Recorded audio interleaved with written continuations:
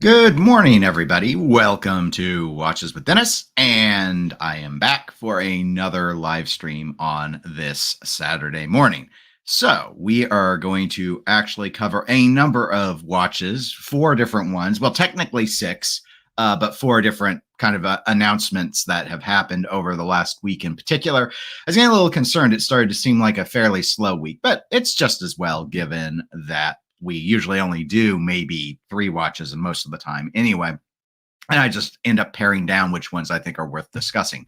So we will go ahead and we will get ready to jump into that. There were no pre-recorded videos over this last week. I actually almost did one on the Grand Seiko releases that we will talk about today. And I decided, I was getting ready to do the recording, and then I had a work thing that I need to get ready for, and I was just like, you know what, I'm going to cut it too close, and I don't know if I'm going to want to go back and edit it later anyway. So it was like, I'll just put it in the live stream. And at that time, it was really the only watch I had that I knew I wanted to talk about. So we will get to that as we move down the list. But otherwise, before that, since it's a live stream, wrist check this is Step Right Up. This is the Mr. Jones watch, the first one that the artist Ryan Claytor designed for that brand.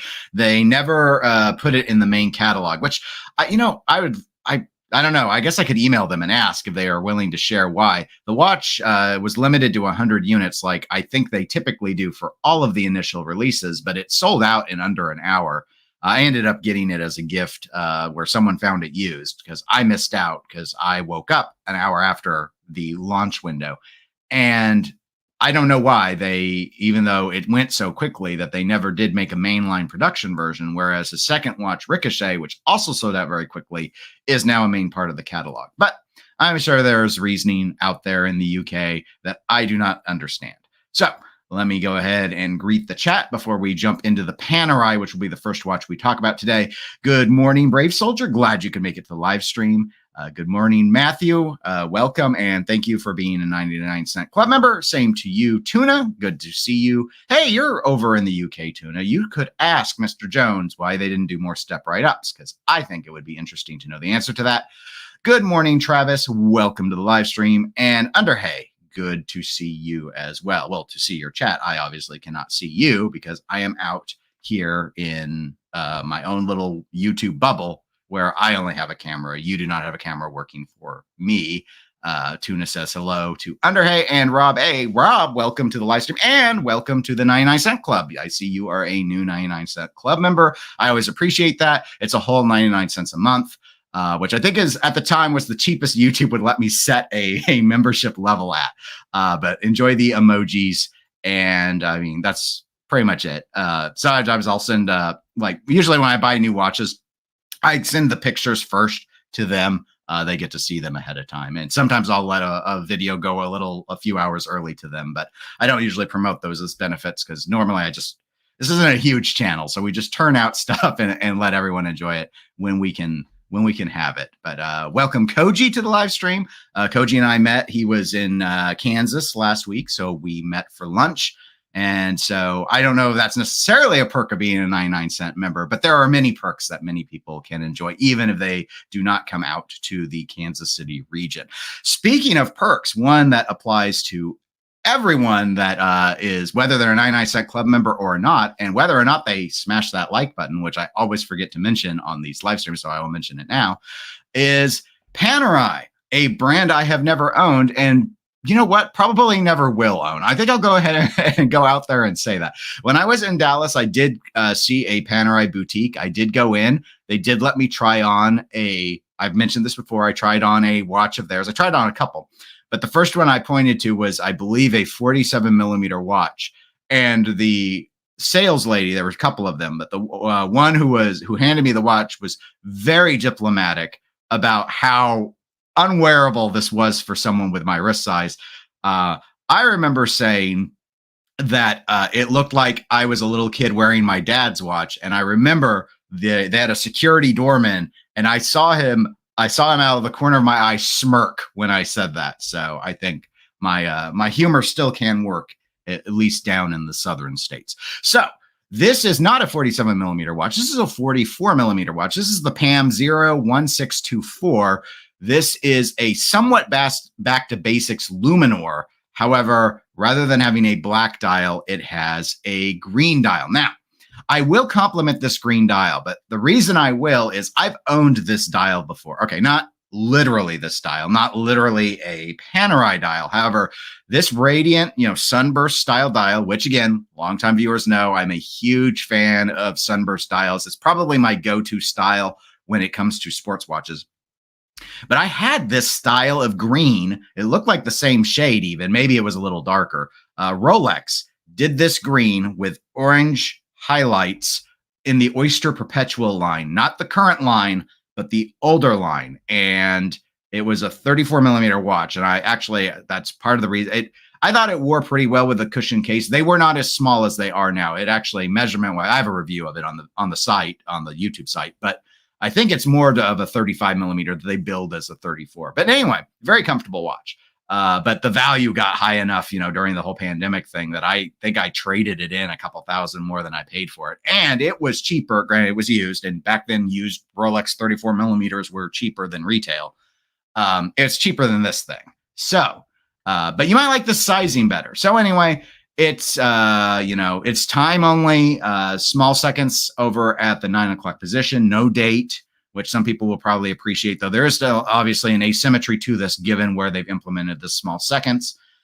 You've got your standard Luminor style casing with the very elaborate crown guard, which is a very distinct look to Panerai. Your mileage may vary on terms of whether or not you really resonate with this particular style of look. It does have 100 meters of water resistance. Panerai has had a few releases lately where they have dropped out of dive realm with their dive watches. And I know a lot of Paneristas or fans of Panerai have very much pushed against the brand doing this. Like they don't want fashion version, like Panerai making fashion versions of dive watches, I guess is the long and the short of it. And they've got some now that I believe are 30 meters water resistant. So this is not anything weird. It's a Luminor, it's time only, it's got the green dial, but other than that, it's basically everything that you'd probably expect. Sapphire crystal, closed case back, which is totally understandable when you see this movement, which is in no way interesting to look at. So they've hidden their shame behind a closed case back. I think closed case backs make a lot of sense for dive watches anyway. So it's the P6000. I believe this is a 3-day power reserve, 3 hertz movement watch. And I see it right here. So yes, I do remember that correctly. And it is 6,200 euro. Now, for those of you in America, if you want the conversion, which I ran this morning, 6,200 euro would be about 6,750 to 6,800 US dollars. So it's kind of in that range, depending on the current currency exchange. So let's say 6,800. So it's about 6,800 US. And here are the baseline specifications. So it's been everything else I've already told you. This is not a limited edition watch, but it is boutique only. However, with Panerai, boutique only means you can order it off of their website. So it's quite readily accessible to get. My thoughts, aside from the dial color, which since I already owned a watch that had a sunburst green dial, it's fine. I think it's still pretty expensive for what it is. The movement, 3-day power reserve is nice, but it's not a wholly impressive movement of a watch. This is a stainless steel case, by the way. There's not an exotic metal. Panerai has played a lot with a variety of case materials to varying degrees of success and varying reactions from the collector public. I think it's pretty high for what it is, even though I do think it's a relatively attractive iteration of this. I don't know about sunburst green dive watches in particular, as an everyday style watch, think Datejust-esque or Oyster Perpetual or something like out of Grand Seiko. I think maybe it would work a bit better for me, but it is what it is. It looks okay. I think a lot of people are probably going to trash on the pretty low specifications. Getting to 100 meters water resistance for a case style like this seems pretty low, quite frankly. But I don't want to be overly judgmental about that because the bottom line is almost all of you watching would never subject it to the 100 meter dive rating anyway, or the water resistance rating. So wanting it to be 200 and 300 meter, I get it. It's a bragging rights thing. And you want to see something in the realm of what you're paying. Like no one wants to buy a 100 meter water resistant Ploprof from Omega, regardless of how deep you're going to take the watch. So I understand that. But I mean, it's okay. Like, overall, I would say from a visual perspective, this seems like a pretty successful execution, but I still think these are too expensive for what they are. And there's not anything interesting behind this watch. It's just a different dial color. So those are my takes on this new PAM 01624 Luminor. But I will go ahead and get caught up with the chat and find out what is going on. I don't think you had too many reactions to this. Tuna said, I have never felt the urge to own a Panerai. Okay, well, I have not either. The aesthetics themselves do not really appeal to me. The weird case shape does not, it just doesn't appeal to me. I only went into the Panerai store because it was right there when I was in that strip mall area in Dallas. I forget the name of the it's a fancy strip mall. I make it sound overly dismissive, but because they had the Vacheron and AP boutiques there, and I saw the Panerai, and we hadn't been there very long, so I was like, well, let's pop in here and take a look too. It's interesting going there because the cheaper the brands were, the nicer everyone became. So, like the AP Audemars Piguet, for those that don't know, boutique, they were not rude. However, they were not particularly accommodating. Like, they didn't seem wholly interested in interacting with me when I was in there. I did get them to get me out a watch, but then the Vacheron boutique was much more hands-on about being interested, which again, in the realm of the hierarchy of they may be both holy trinity, but Vacheron comes in under AP in the broad eyes of the public. And then Panerai was just like absolutely happy to see people come through their door. So it was very, very interesting in that regard. Tuna says, a dive watch that can't dive. Laugh out loud. Yes. Now, I'm okay with dive watches at 100 meters of water resistance. But, this, as you can see here on the screen, it's as a dive watch with there's no timing bezel. So it's like, how much do we really care when we're talking about something that looks like this anyway, which isn't in the modern dive. And by modern, I mean like even the 1950s dive aesthetic. It just doesn't follow it. It's not helpful to a diver anyway. It may be water resistant enough for a diver to use, but it's not. There's no function. Like, it doesn't tell you how much air you still have. Like, it doesn't time anything. It's kind of goofy. Joe Bolt, welcome to the live stream, says, I'm with Tuna. I think Panerais are not very attractive. Koji says 5,500 would be a fairer price. Methinks. I do like the color of the dial. Okay, well. At least someone else is with me that the color of the dial is good. Peter Woodman, welcome to the live stream, Peter, says, my uncle has a Panerai. I forget the model, but it's a beast. For his wrist size, it's a stunner. It's bronze. Oh, if he's got one of the original bronzos. Now, that's where I will give credit to Panerai, because I like bronze. I'm very sympathetic to bronze watches. And I have one, not a Panerai. I have a Baltic bronze. And I had a Tudor bronze at one stage. Panerai, in my opinion, deserves full credit for making bronze a thing when it comes to watch cases. There were some brands, I believe, it's been a while since I've researched it, that did do bronze watches before Panerai. Panerai is the only reason why it ever became popular.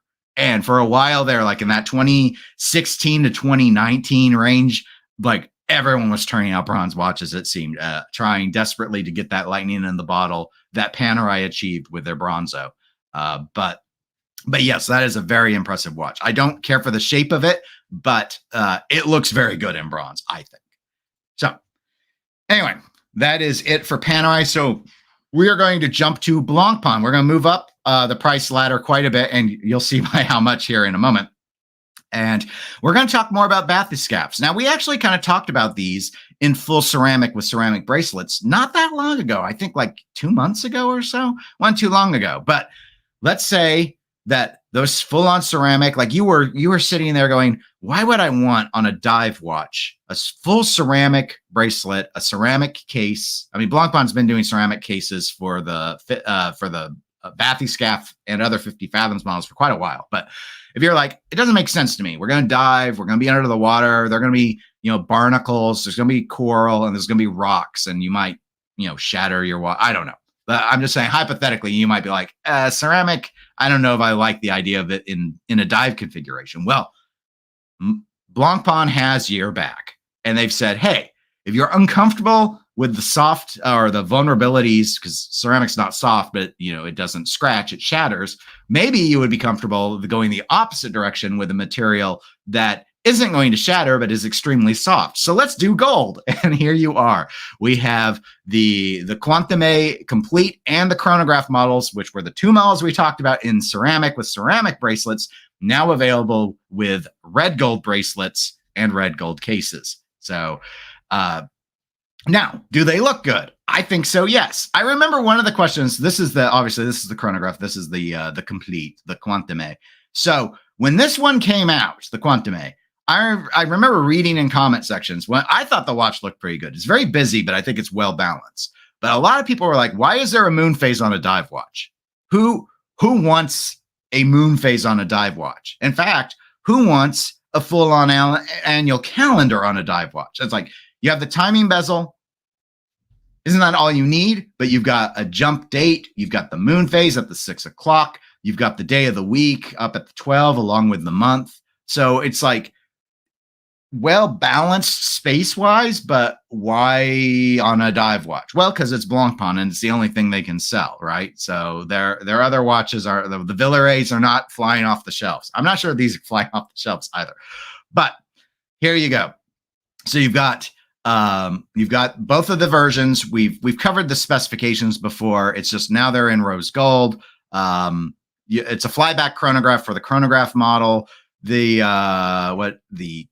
Quantième, I think I'm trying to see if both of them, we'll go down to the specifications, but they don't have the specifications page apparently. So, all right. So the chronograph, I think they're both the same size. That's what I was trying to check. So 43 millimeter diameter watches. These are just under, they're between 13 and 14 millimeters thick. I think both of the configurations are that thick because I think the case is exactly the same. It's just a different dial and a different movement. And 18 karat, what they call red gold. It is a warmer gold than a lot of pink golds, which are a bit softer. Blancpain it favors the sort of red gold. The alloy configuration is a little bit different, but it is 18 karat, like almost any gold watch would be in today's age. The movements, I don't know if these photos were the best. Blancpain does actually do, I think, pretty good movement finishing. So this is the Quantième movement. So you could see they've got sort of this spiral shelling. It's somewhat reminiscent to me of what Omega does to decorate their rotors and such, but much finer done. Bear in mind, Omega and Blancpain are both in the Swatch group, so ideas may very well be shared. Here's some close-ups. I know some people don't like the kind of nipple-esque shape of the hour markers. That is a trademark, or I should say a popular feature of the Bathyscaphe line that Blancpain does. They don't do that look on their regular 50 fathoms watches. And I believe this is the chronograph movement if you want to look at that. So again, reasonably decorated movements, but that's not the point. The point is these are gold watches with gold bracelets. So gold upon gold. They're both, according to this monochrome article, again, links to all articles are in the video description, so you can go and enjoy them. Both of these are listed by this site at 59,500 euros. So if you want the conversion, that's currently about 65,000 US dollars for these watches. So based off of that, what do I think? I think they look good. I think this one with the moon phase looks good in gold. Regarding the dive bezel, like at this point, what am I just saying that because I'm like, I like this watch. I wish it was a Villeray. Probably because I think Blancpain, look at the Villeray sometime if you like dress watches because they actually look really good. It's a fun moon phase. Obviously, they've gone with the more playful, romantic one rather than the really like literal style ones that sometimes you see. Like Glashütte Original does a pretty like stayed sort of moon phase. So, I like this. I like the pointer date. I like how it looks with the day and date discs. Like I like all of that. I probably would do a different handset than the syringe style, which again, the syringe style hands is a Bathyscaphe thing. But so I kind of wish this was just a dress watch and not this. Now at $65,000, you're within 10 grand of a Vacheron 222, which is a much simpler watch, but I also think is much better executed than combining gold, dive watch, annual calendar, like it. This looks good, but I don't know if I could get there. If you wanted a solid gold watch with a gold bracelet, yes, this is retail cheaper than the Vacheron 222 and that new integrated sports polo watch that Piaget came out with, but it's well over what a Rolex day date is. Like those are like what, in the 40,000-ish, like 45,000 used, at least they are. So I mean, you're jumping up $20,000, I guess, to have a depth rate. Now, these are actually dive capable. Blancpain does not give up they're not Panerai. They do not give up their dive capabilities on their watches. So these are still 300-meter water resistant watches, or at least the annual calendar one is. I don't know if it's any different for their chronograph. No, it is. It's the same, 300 meters. The chronograph is a high beat, so it's a 5 hertz movement.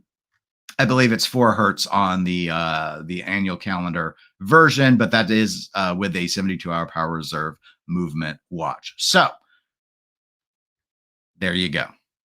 I guess we'll look a little bit more at the chronograph one since I'm talking up the other one. So again, you see this kind of ray. This almost reminds me. It's hard to get. I can't zoom it in anymore, not easily. Let me see if I can. No, I was gonna try and cheat for you guys because I know some people watch on their phones, but there is a patterning to it, which is sort of textured in the way like Chopard's Alpine Eagle sports watches. Have you ever seen those where it looks sort of like the eye of a bird? It's not spiraled to the same degree, but it's kind of got that texturing here for the chronograph iteration, which I don't really like this chronograph iteration at all. I don't like the small seconds with this weird stubby, huge loom pip on it.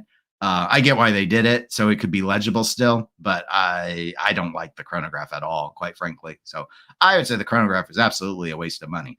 This one, the Quantième, much like if you have to pick one, this would be my recommendation, even though it's the weirdest combination of features in a dive watch package. But I can't get too like shocked Pikachu about it because Blancpain has done this for a long time in their 50 fathoms. Like again, these features, other than being in gold, we've seen all of this before in ceramic just a few months ago. So kind of like where we're at in terms of this style of watch. But Tuna says this is a desk diver extraordinaire. Absolutely. But if you had the money for it, wouldn't you be tempted to swim with it? Just to actually say you took this, like, this is my dive watch. I took it on a dive. Koji says it's attractive and an absolutely bizarre mishmash of aesthetics, all topped off with blocky syringe hands. The right person could probably pull it off, and clearly that's not me.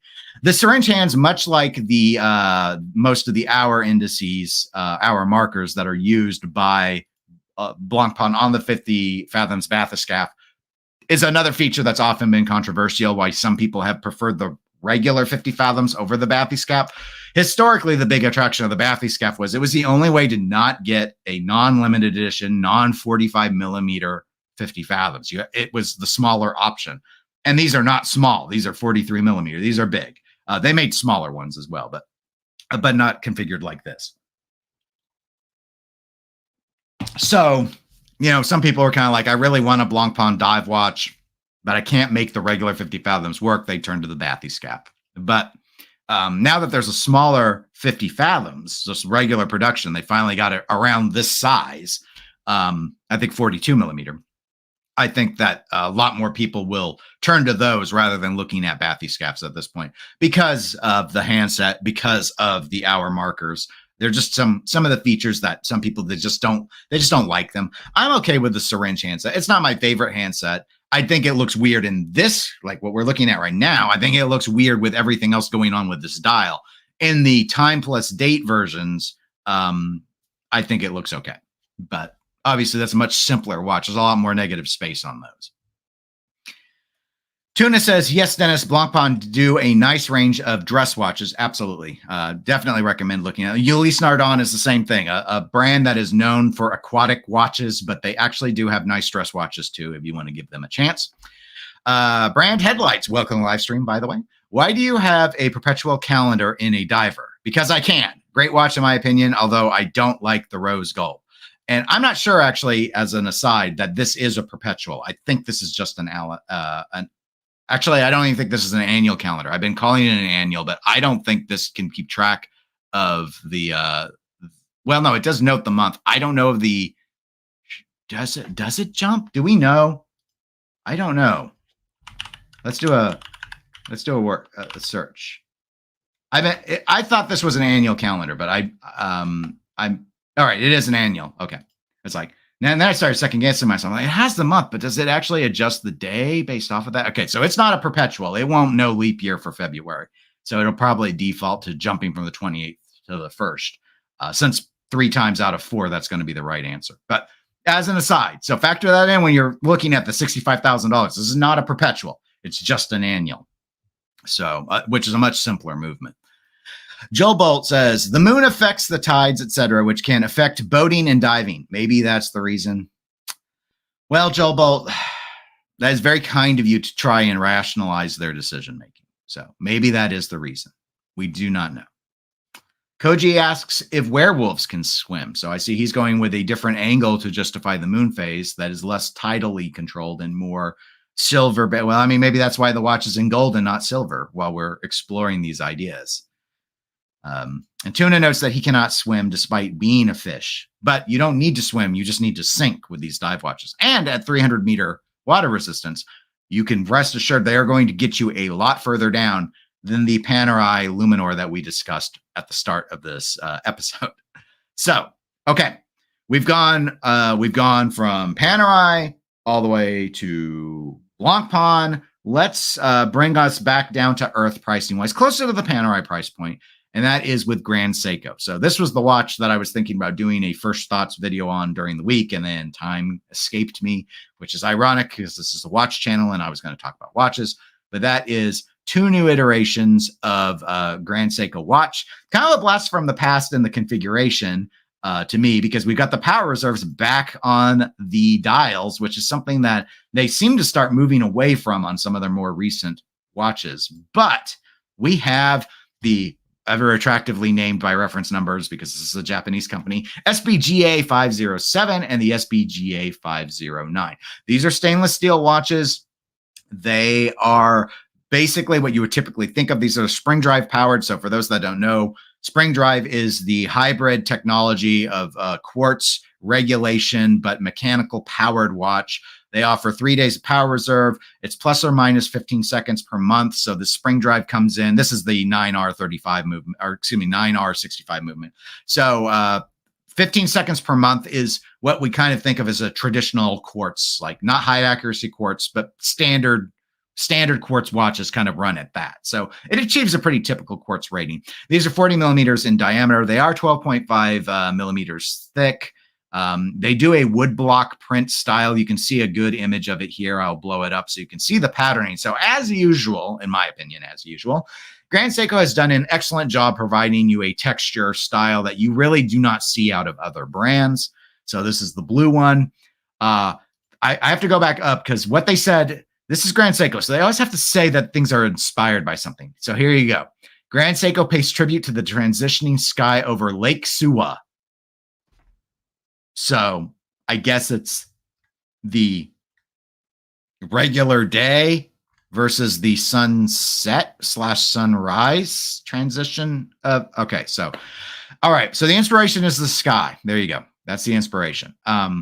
These are $5,600 US dollars. We don't have to do the conversion on this one because this is Hodinkie's article, so they had them in dollars, and they are limited. They are limited to 300 pieces per dial color. So relatively limited, but not super duper limited. 100 meters of water resistance. So these are more of your kind of everyday sports watch style, which is very much how many Grand Seikos are. No loom. You've got the Zaratsu polishing. You got the 3-fold clasp bracelet. Very sort of standard fare. This is what when you tell me Grand Seiko, this is what I think of. I just think of different dial colors, and that's probably going to be the issue. So $5,600. Unless you love this, it hasn't seemed like Grand Seiko's been doing a ton of limited editions lately. Not like they used to, where it seemed like everything or every other thing coming out of them was limited. So I don't think there's going to be huge demand for this. I think that the blue dial is far more versatile. What a shock to say that. I think the pink dial is far more interesting. However, this is a much more aggressive pink than some of the other Grand Seikos, like their spring themed one that they had a few years ago that I really like, which is kind of silver in some lights and a soft pink. This is probably a strong, well, not probably. This is a stronger pink. So if you thought that one was too feminine, maybe you like this one more. But this one also stands out more, and the other one was so subtle that I think it just was more playful, and I liked it a little bit better. Though I see why they did it with this wood block style printing, because I don't think with that soft pink you would be able to really tell the pattern at all. Bear in mind, we're really zoomed in here. So this texture effect, most like people won't notice that when they see the watch on your wrist, which is true for almost all the Grand Seikos. Like, it's hard to tell the birch pattern. It's for you, not for others to really know. Like, these don't scream, so don't think that they're really, really loud with the patterns. But that's true for all the Grand Seiko stuff. I think the biggest thing besides the 5600 being an issue for people, because you're going to find older Grand Seikos in their catalog for less than this, without even going into the whole used market thing, which Grand Seikos, just like Blancpains before that we discussed, I didn't mention it then, they take a bath secondhand. Like, Grand Seikos lose a ton of value. So I'm a big fan of buying them gray or seeing if you can get a discount, or if you don't think it's got too many scratches in it, getting a used one. So I think these look nice. The price isn't, in my opinion, obscene, but I do feel they're trying to justify some of that 5600 by limiting them to 300 a piece. And I don't think there's going to be huge demand for these either. Like, I don't think you need to rush out this week to buy at least the pink one. I don't think it's going to, I think you can find this after a week. Maybe I'm wrong. I don't know. 300 on one hand feels small compared to, Seiko doing a vintage inspired watch that they make a limited model of, and then it's 15,000 units and they're still selling them today. But at the price point, you really scale back a lot of the demand as well. So, I mean, that's the thing. The biggest criticism is going to be, this is standard mix and match. This is like the little Mr. Potato Head. That's Grand Seiko to me. You have the same case, the same size, the same movements, and they just change the dial colors. And yeah, the textures change as well, but those are not very noticeable. So I think the biggest pushbacks people will have besides pricing is going to be the spring drive display. A lot of people hate having this power reserve on the dial. I actually like it. I think it's interesting, but Grand Seiko has responded to feedback and started to put them on the back, display case backs with the power reserves visible from the back of the watch. And that's resonated a lot better. I think if more fair complaint is, what is the point in putting on a spring drive power reserve indicator? And this is true for any watch. When you have an automatic movement, and this is an automatic movement, the 9R65 is an automatic winding watch with, as I know, 3 days of power reserve. So there's really no point in having a power reserve on an automatic watch, because it should always be getting wound. That's more useful for a hand wind watch. But I've been okay with it, but I know some people absolutely hate that. Absolutely hate it. So anyway, there you go. That's the new Grand Seiko. I think they look nice. I think the price is a little high. But there are so many Grand Seikos that look like this in different colors. You're probably going to find one you like more if you just go to their website and explore. Maybe this blue will be your absolute most favorite, but they got a lot of blue dials out there. So take a look at what else is available before you just jump on this, would be my recommendation. But I had a Grand Seiko at one point. They wear kind of thick. I've not had a titanium one. They weren't particularly heavy. I had a smaller watch than this, though, too. I had a 39, which isn't a very common size for them. So, I mean, I'd say if you can try one on, just to be sure you like how it sits, because they're a little big. If you're used to a Mega, I think you'll be okay with this. But if you're more used to like a Rolex or a Tudor, well, Tudor gets a little weird. So I guess it depends on the complication. If you're more used to Rolex, I'd say try Grand Seiko on first to be sure you're okay with the thickness, because they are thicker. So those would be my basic thoughts there. The Escapement Show. Welcome to live stream. These are really nice Kirizuri styled dials. Thank you. I think that is I've been hiding behind saying the woodblock print, but here you go. Or what they put here. Yeah. The Kirizuri Ukiyo-e woodblock print. Sorry, my Japanese pronunciation is probably worse than my French pronunciation. I know it's shocking that it could get any worse, but it can. It can, and it does. Brand Headlight says Blancpain are made for baths. I mean, 300-meter baths, but I maybe be. Would you be more worried wearing those gold Blancpains in a bathtub where you're surrounded by all like that porcelain tub, or well, I guess a lot of tubs now are fiberglass, or would you be more worried having it on in the ocean? I'd probably be more worried in the ocean, but the likelihood of smacking stuff is higher in the bathtub because it's smaller. John D, welcome to the live stream, says, the issue for me is the first link of the bracelet looks too large as the lugs are long. It's difficult to deal with that case, which feels large. Would love a more elegant case and bracelet in link combo. Let's get better. Here's a good shot of that so people can see what John is talking about. Yeah, the watches they wear big would be, again, that was my experience. And again, I had a smaller case, but I did have a spring drive movement version of the watch. So a lot of the configuration was very similar to this.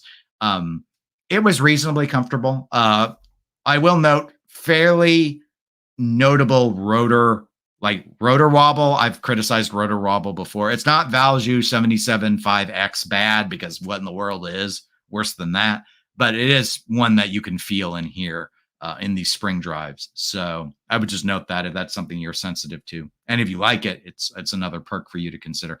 Yeah, Grand Seiko's bracelet game has never really worked for me. I think I've heard they've been making improvements, but again, I haven't tested one out in a long time now, and I don't own one anymore. So it's been a while.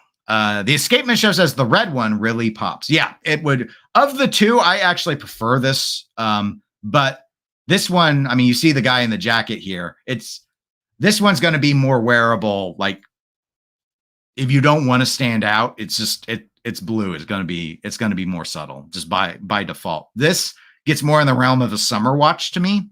Like, I would be cool with like wearing this with like today with t-shirts and stuff, but it's $5,600 also. And I don't normally say I want a $5,600 summer watch. So, but again, it depends what you like to invest in terms of watches, like how much you're willing to commit. So it's so subjective when we start saying, is this the right price for a summer watch or not? Totally depends on what sort of collector you are. So Koji says, I like that the Power Reserve looks somewhat like a Japanese folding fan. Yes, I think this is very good. And the one I had was a printed on one.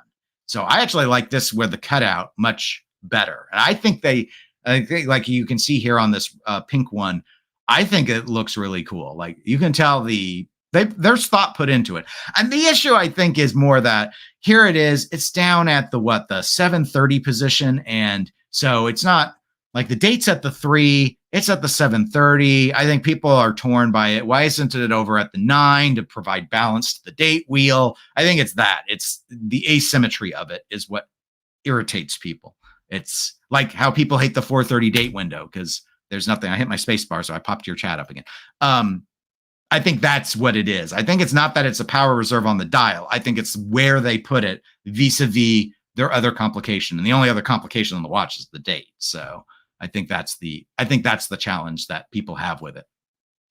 Underhay says, I like Grand Seiko, but these are their first dials I don't like much. I'd be more interested in the Grand Seiko quartz models, to be honest. Those are very popular watches. And I've heard some people, in terms of accuracy, like you have high accuracy Citizen and you have high accuracy Grand Seiko. I have a high accuracy Citizen watch. However, I have heard a lot of people favor the movements in those quartz models from Grand Seiko because they're easier to adjust / regulate. Like, you can take them to a regular watchmaker. You don't have to send them back to Citizen. And Citizens can fall out of spec on their higher accuracy models. They rate higher. They're like plus minus 5 seconds instead of 10 than the Grand. So the 10 is the Grand Seikos. But Grand Seikos stay within that no matter what. The Citizens stay within their 5 if you wear them.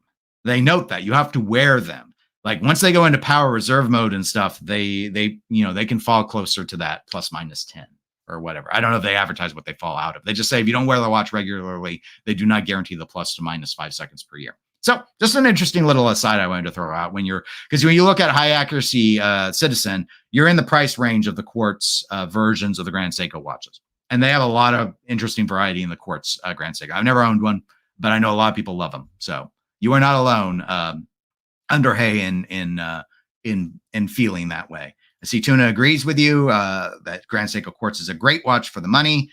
And Escapement Show says, apparently Grand Seiko are meant to be making micro adjustment alterations to their class in the future. Oh, in the future. Okay. I must have read that as well, because I thought I heard something about them offering micro adjust, but I haven't seen it on anything yet. But I also haven't been looking very hard. So, you get what you pay for.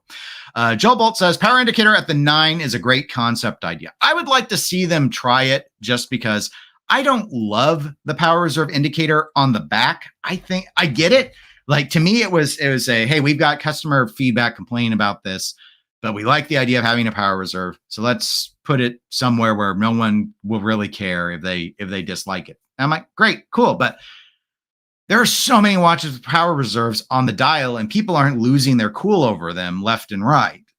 In some watches, the power reserve is a key part of the dial aesthetic. And I think Grand Seiko can make them look so good. I just try and balance it or something and see if it gets you more mileage with people. But that would require them to, move stuff around. And this is very assembly line like we do. There's a reason why everything's always in the same place on these dials. And the problem is, like, a lot of brands do that. Like Rolex is using like the same oyster cases for so many of their watches. And I see that, which is why I don't see the point in collecting like 8 different Rolexes when they're all in the same case. To me, it's too samey, but there's cost reasons for them to do things like that. So we have one final watch to go over today. I'm really excited about this one because it's Chronoswiss. And for, again, long time viewers might know, it's been a while since I've discussed Chronoswiss. I haven't talked about Chronoswiss since Watches and Wonders because I did not like their release at Watches and Wonders. But Chronoswiss, for those that don't know, is the official brand of Watches with Dennis. We are going to make Chronoswiss a thing because I just will it to be a thing. So we're going to talk about it. So this is a new one of their Delphis Sub Zero is the Sub Zero. The Delphis is a model line that they've had for a while. So you can see here from this monochrome article, this is the hour. It's a jump hour. So the disc jumps at the top of every hour. The minutes is retrograde. So you have a this is the minutes hand. It goes around the dial, gets to 60, then it jumps back for the minutes. And then we have a small seconds down at the 6 o'clock position. Guilloche on this. I've talked recently about Breguet because Breguet is well known for their rose engine turned, hand guilloche work. Chronoswiss does hand guilloche also. So if you do not like Breguet, you may want to look at Chronoswiss if you are really into guilloche. So especially if you don't want something stamped. So here you go. You've got this. The blue that they've achieved here is a CVD coating. What is that? Is that chemical vapor disposition? Their Omega, one of their, I think it's their red Aquaterra dial watch. The dial is CVD, whereas all the other colors, I believe, were PVD. So they CVD'd this, like the clasp. They CVD'd the case.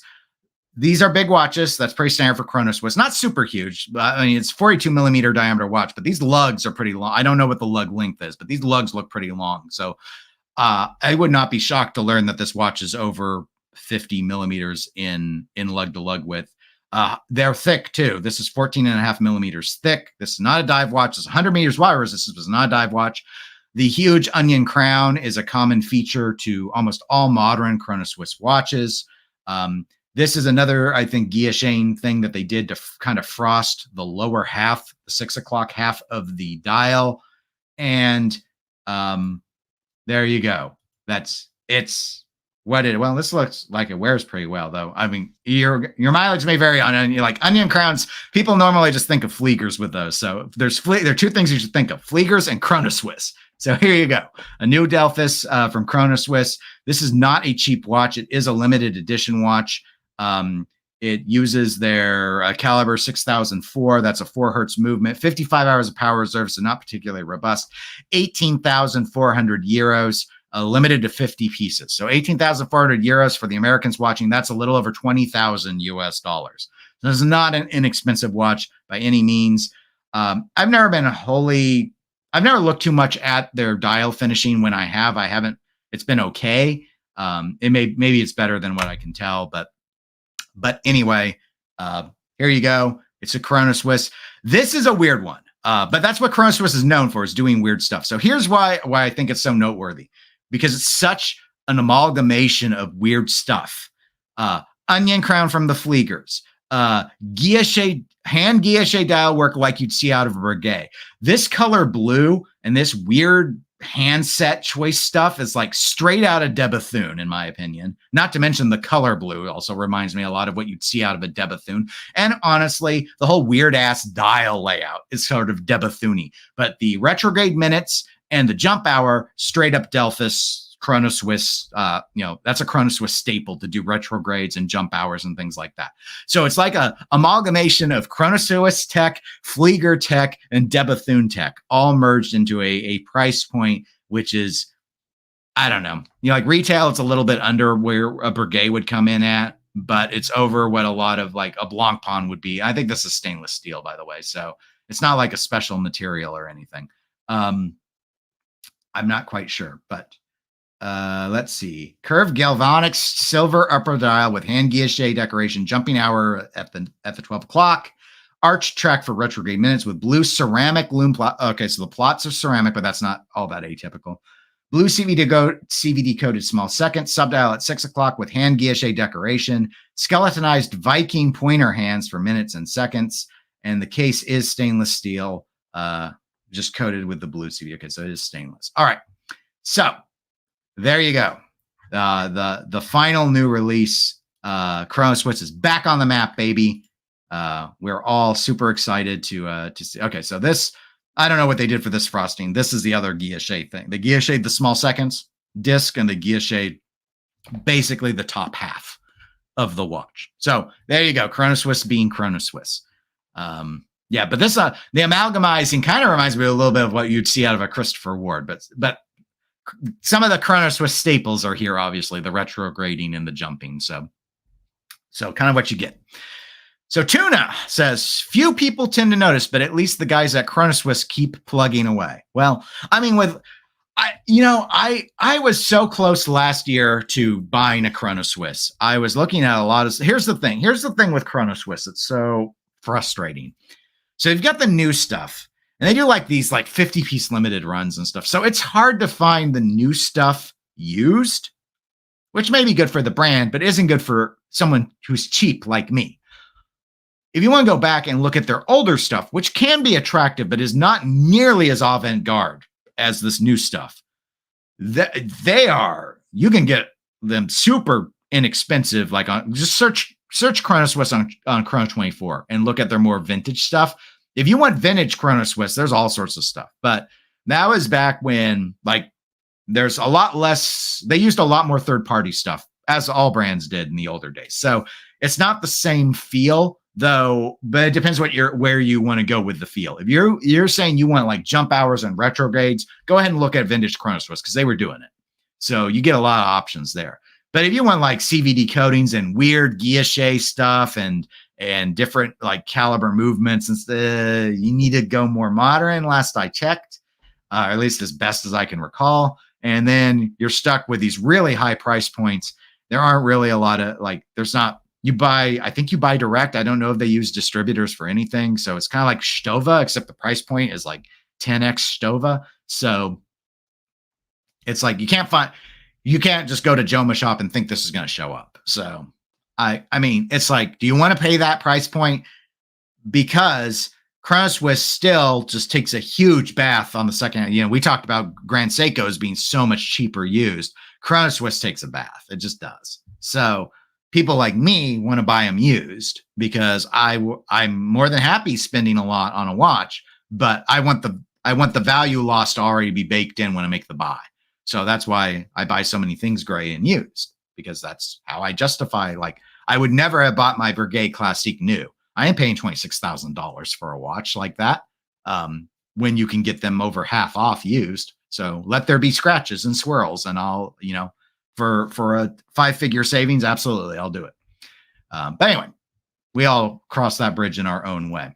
But here's a close-up of the clasp. If any of you really cared, if any of you are going to be one of the 50 to buy this, you don't need to rush out and buy this. I'm sure this will not be difficult to get. Underhay says, that's the first Chronoswiss I actually really like. I'm not sure I'm brave enough to wear it, though. If I had it, I would wear it. Now, if it wore me, I might have to let it go. but but I would definitely try it out. I just don't. I mean, I do wear my watches on my left hand, so I wouldn't be too. My normal concern would be banging the onion crown around on things, but honestly, the only thing I'm going to bang it is on my wrist.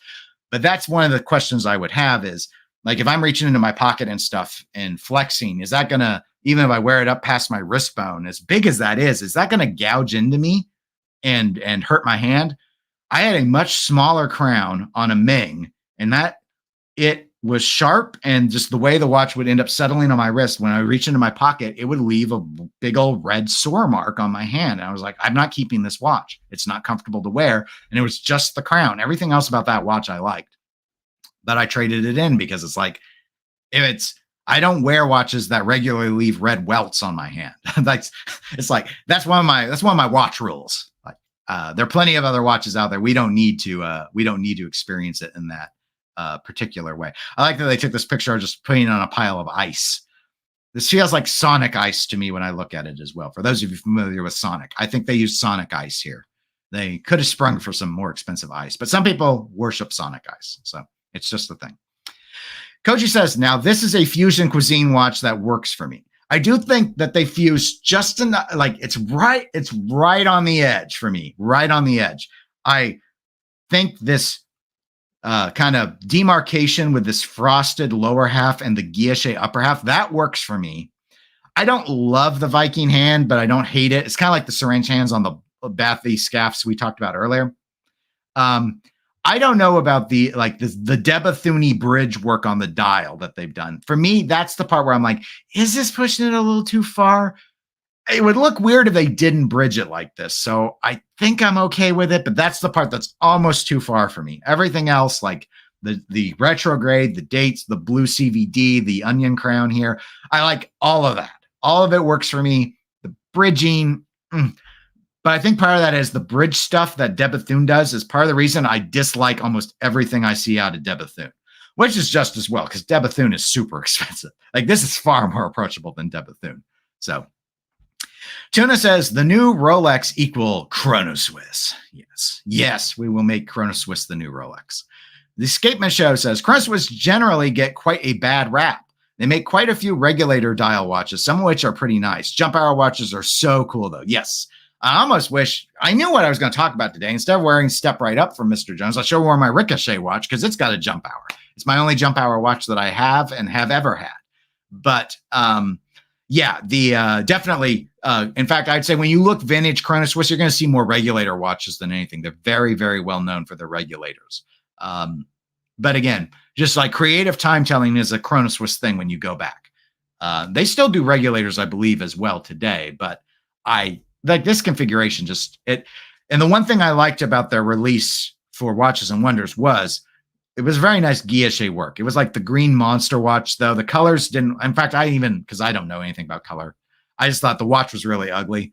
And then I searched, I saw it said like some of the colors they picked were clashing, like technically clashing colors. So I was like, why'd they deliberately make it ugly? I didn't understand.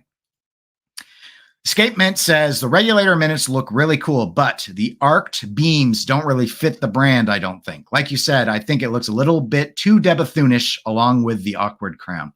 And I know the crown is a staple for them now. These huge onion crowns they're bigger than Flieger crowns, but it's a staple of theirs, so I get why they did it. It's like the modern Chronoswiss, all of them I can think of have this giant crown.